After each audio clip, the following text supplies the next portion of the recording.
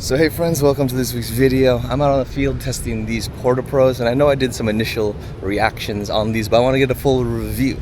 But I will say, it's super hot here in Boston. For me to you, I recommend always waking up, doing what you intend to do, get the work you want to get done before it becomes a scorcher like this 97-degree day that I'm stuck doing because I was lazy and didn't want to wake up. But enough of my struggles, you guys will see that later. Let's get into the specs and then see where we go from there. The Porta Pros come with a carry case, which is a nice way to backpack these headphones in their collapsed state. The Porta Pros fold up quite small, but the hooking mechanism can come unlinked in storage. Some other users have also complained about the hooks hitting their ears, but for me, I haven't felt that problem. These headphones are obviously wired and come in a super light 71 grams. They are comprised of a combination of metal and plastic with a very retro vibe. It's not a look for everyone, but this black on black, it's a lot more stealthy and subtle. The headband uses a sliding mechanism with clamps, which is lightweight and maintains a strong clamping force. The pressure can be relieved using its comfort zone feature, which really helps you dial in your comfort for your preference. Just like most Koss headphones, the Porta Pros stay consistent with their contrasted colored ear cup details. The headphones are open back design with dynamic drivers, and the ear pads themselves are quite comfy and easily changed out. They provide a good protection for the drivers, which push out solid volume with just over 100 decibels. They also have a solid frequency range that should cover most of your normal listening needs.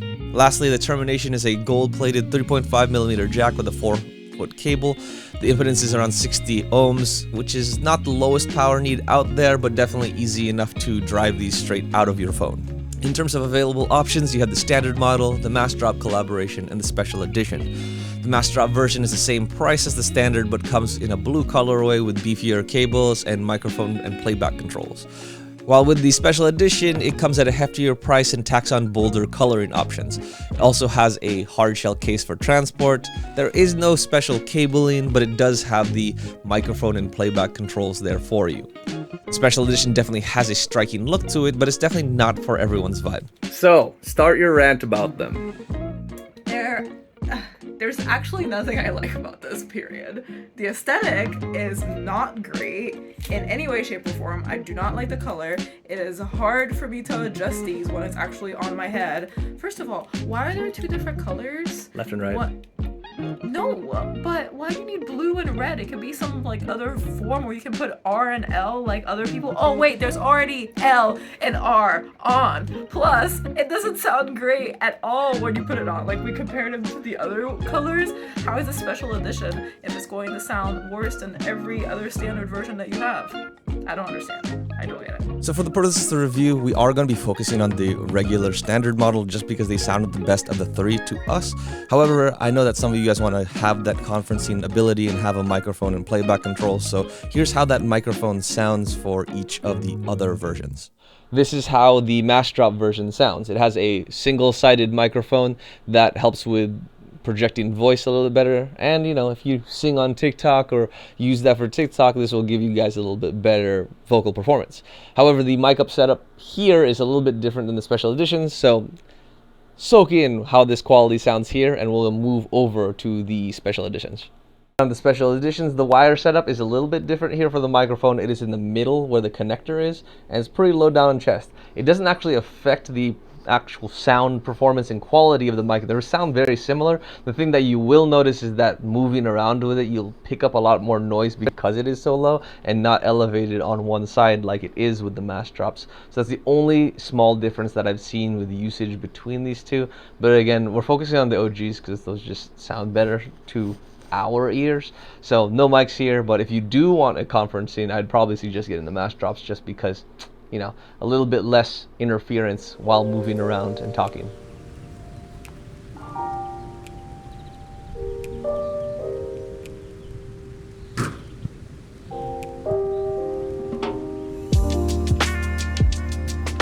Whew, so let's talk about that workout. That kind of sucked in this heat, but with these, they stayed on the entire time. But I did notice the clamp was starting to get to me towards the latter half of whatever I was doing. The other issue with these hot days is that I have this cable to worry about, and if I don't have a shirt to snake it away, it gets all over the place. So as much as I wanted to like go bare minimum in this field because it's so hot, I couldn't because I needed the cable to stay close to my body and not get tangled in my workouts. I saw that especially with like mountain climbers. Once I fixed that, everything was good, but I was extremely hotter. That might have contributed to how these things overheat. This might be because of the more substantial ear cups in terms of the foam than potentially the KPH 30Is. But I mean, they feel kind of similar, but they just felt like they were compressing a lot more. They were hotter, and I had similar conditions in Seattle when I was doing the KPH 30Is. There's a little bit more better wind, but yeah, I don't know if I could work out with these because just the compression and the heat, there's just a lot to deal with. So I'm uncertain how I feel about these. The other thing I was missing was the fact that the special editions and the mass drops do have the playback controls, and that's extremely nice because of the fact that, you know, I could switch tracks, change volume, all that sort of things, which I could not with these because of the fact that yeah, it's just not on the nicer sounding original ones, at least to my ears. They don't have that control, and I was missing that because I wanted to switch tracks and pump up the volume just so I could not hear myself struggle so much and hopefully power through the workout. The last thing I needed to mention was, around if you wanted to use these for working out, you definitely could. You know, pocket placement is going to be extremely important. It slipped out of my pocket a few times from my back pocket. I moved it to the front. However, certain exercises that needed a hip hinge, like high knees or burpees or things like that, I started feeling my hip get like jacked up because of that. So if you're wanting to use these for a workout, I would suggest like an arm strap or something that'll keep it compressed to your body, shorten the cable, and like not really get in the way of your workout. But from a workout perspective, I wouldn't run with these. I would rather run with the KPH 30Is over the Koss. They're not bad, especially on a cooler day. These might be okay, but just compression-wise, heat-wise, and all that sort of stuff, I'd rather do KPH 30Is. To get around some of those heating issues, I put the ear cups on my cheeks just to get my ear some more air running through it and cool off a little bit before I replaced it. It worked out all right. You put it on full blast. These things leak enough where you'd be able to, you know, hear the music pretty clearly. It just sounded like a loudspeaker near your ear. So that's a good way to hack around it if you don't want to like take off your headphones, and if you don't have another set on you, you can relieve some of that heat that way. It's a hack, but it's better than nothing, right? Bro, that was difficult. But even taking these off, walking back, one, I noticed how much my ears were compressing because they're finally like getting back to normal shape, and they do have a clamp for sure. The other thing to know here is if you've been working out in the hot sun, these metal band may not be good to just sling around your neck. Oh, it scorched me initially when I try and take them off, but just another note.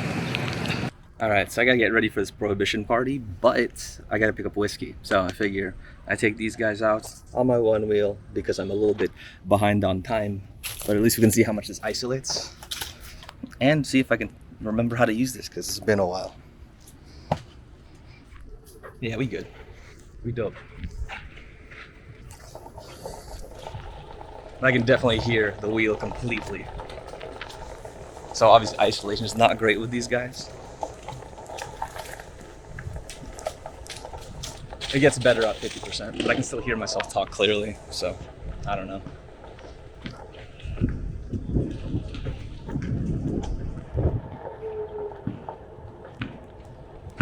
I hear that basketball for sure at 50. As I get to 70, things kind of get a little bit, but I guarantee you people can hear me outside. Let's keep going. So I think in terms of overall sound, I think 70 is perfect because it's loud enough just so you can hear everything, but still hear everything around you. I think if I went 100% with these, I'd blast my ears out. So definitely consideration from that perspective. That 70% range stays accurate in other scenarios too. In a cafe, you'll need that 70% to block out the conversations and cafe music around you, and outdoors, you'll definitely need that 70% to lock into your music without distraction. The open back nature obviously doesn't give you a great seal, so even at 70%, you'll still hear higher pitched noises come through like this fountain or kids yelling. Overall, I think it's all good.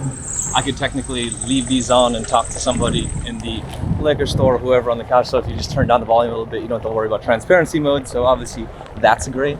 But yeah, isolation is just going to be a little bit thing if you guys care about people hearing it around you. But we'll test that a little bit more, like in cafes and stuff. But for now, I think that gives you a good understanding of like how much this leaks and how much you can seal out from a listener perspective. But let's go on to get ready for this party. I want to talk about this headband. This headband is extremely smooth on the action here. I will say that the original versions and the mass drop versions have a like a nicer slide to it than I will say the special editions one. For some reason, that one is just a little bit more sticky. But for these ones, they glide extremely nicely, and they relatively stay in place until you get a little bit more active. You will see that this will move in and out a little bit as you move out through your day, so you will be adjusting these a little bit. I also don't like the fact that you have to like maximize it first before like cinching it down to your head size.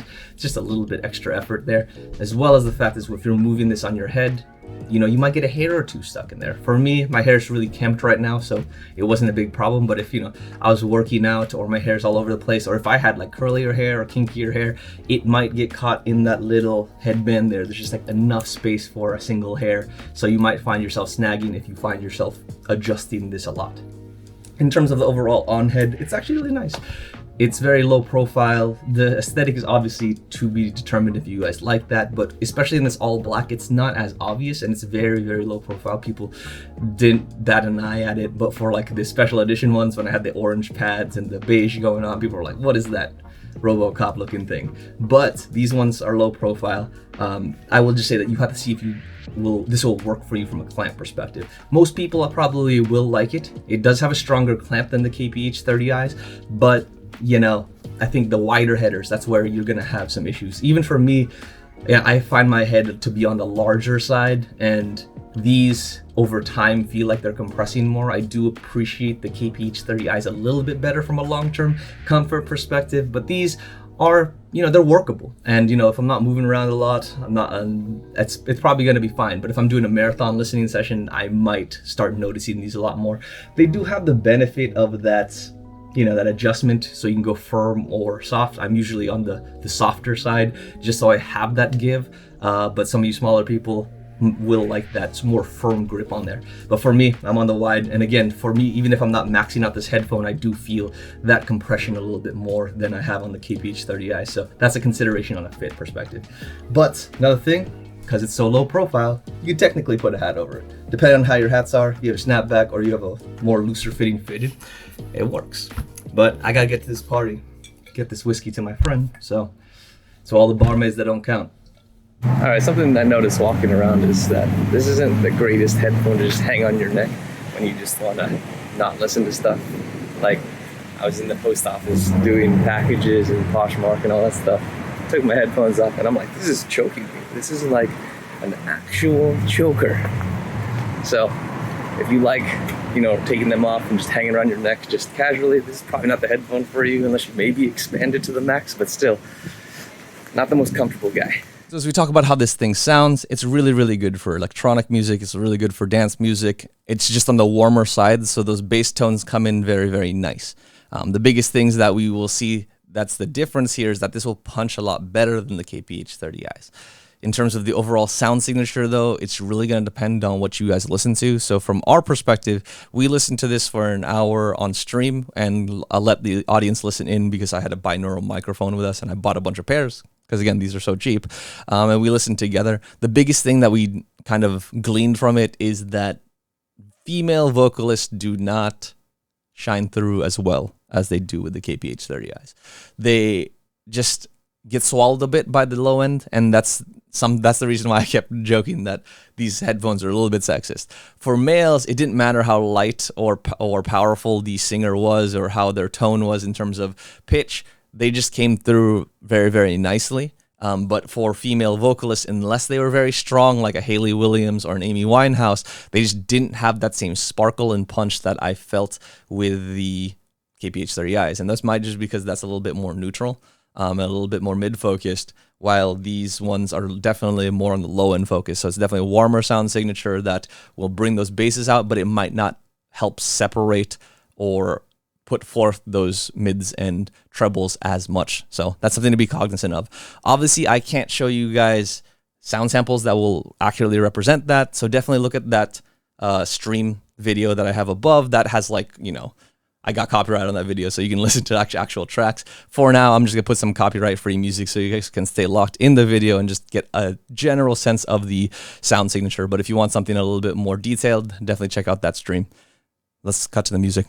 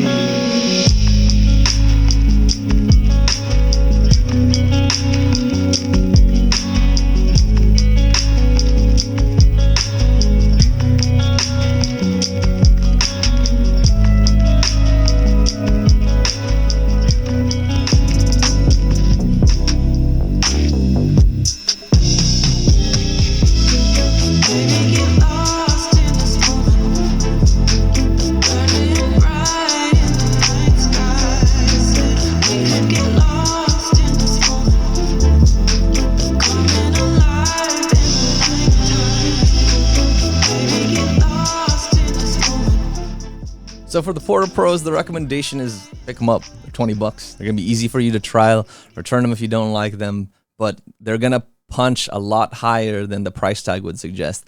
And I think when you guys pick these up, I think these are the 3 things that you should see to make sure that they're compliant with you.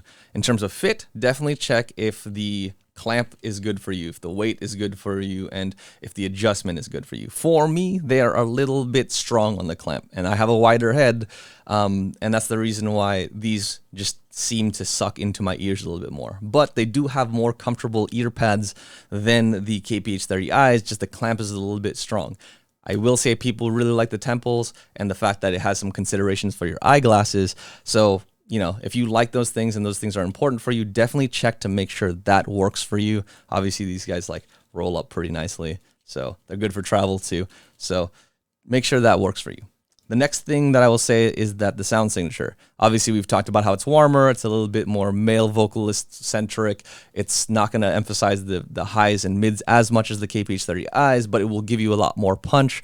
So depending on your music, just make sure you run through the genre. Make sure that it sounds good to you. And again, same thing, go through your podcasts, go through things that you normally use your headphones for, and make sure that the tones of the voices sound good for you, as well as the blend between the highs and lows work and for your preference. And then lastly, if you want the microphone, obviously I talked about there's 3 options. The OGs don't have it, but if you were to pick between the 3 options, I would definitely say pick up the mass drops if you want the microphone.